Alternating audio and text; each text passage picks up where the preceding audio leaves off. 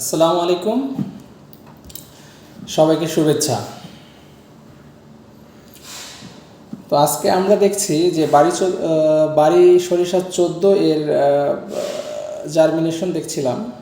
তো জার্মিনেশন দেখার পাশাপাশি কয়েকটা জিনিস আমাকে আজকে একটু আপনাদের সাথে শেয়ার করতে হচ্ছে। সেটি হচ্ছে যে বাড়ি সরিষা 14 এবং বাড়ি সরিষা 15 সম্পর্কিত কিছু কথা। দেখা যায় বাড়ি সরিষা 14 এবং বাড়ি সরিষা 15 দুটার কালার, এক্সটার্নাল কালারটা কিন্তু একই। তো একই হওয়ার কারণে দেখা যায় যে আমরা বাড়ি সরিষা 14 এবং 15কে আমরা কিন্তু এক্সটার্নালি আলাদা করতে পারি না।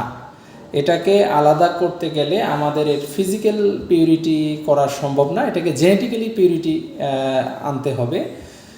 দেখা যায় যে এইটি ঘটে কেন? এটা ঘটার পেছনে কারণ হচ্ছে যেখানে বাড়ি সরিষা 14 উৎপাদন করা হয় তার পাশে যদি দেখা যায় যে বাড়ি সরিষা 15 থাকে এবং সে আইসোলেশন ডিস্টেন্স যদি ঠিকভাবে মেনটেন না করা হয়, তাহলে দেখা যায় যে ক্রস পলিনেশনের কারণে, যেহেতু আমরা জানি সরিষা একটি ক্রস পলিনেটেড ক্রপ, এই ক্রস পলিনেশনের কারণে দেখা যায় যে এর মধ্যে একটা মিশ্রণ পরিলক্ষিত হয় বাড়ি সরিষা 14 সাথে 15।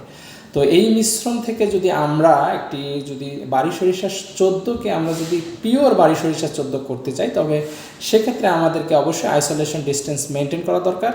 এবং যেখানে বাড়ি সরিষা 14 উৎপাদন করা হবে তার আশেপাশে অবশ্যই আমাদের বাড়ি সরিষা 15 উৎপাদন করা যাবে না। তো এই গুরুত্বপূর্ণ কথাটি বলার জন্যই আমার এই আজকের এই ভিডিওটি। ধন্যবাদ সবাইকে।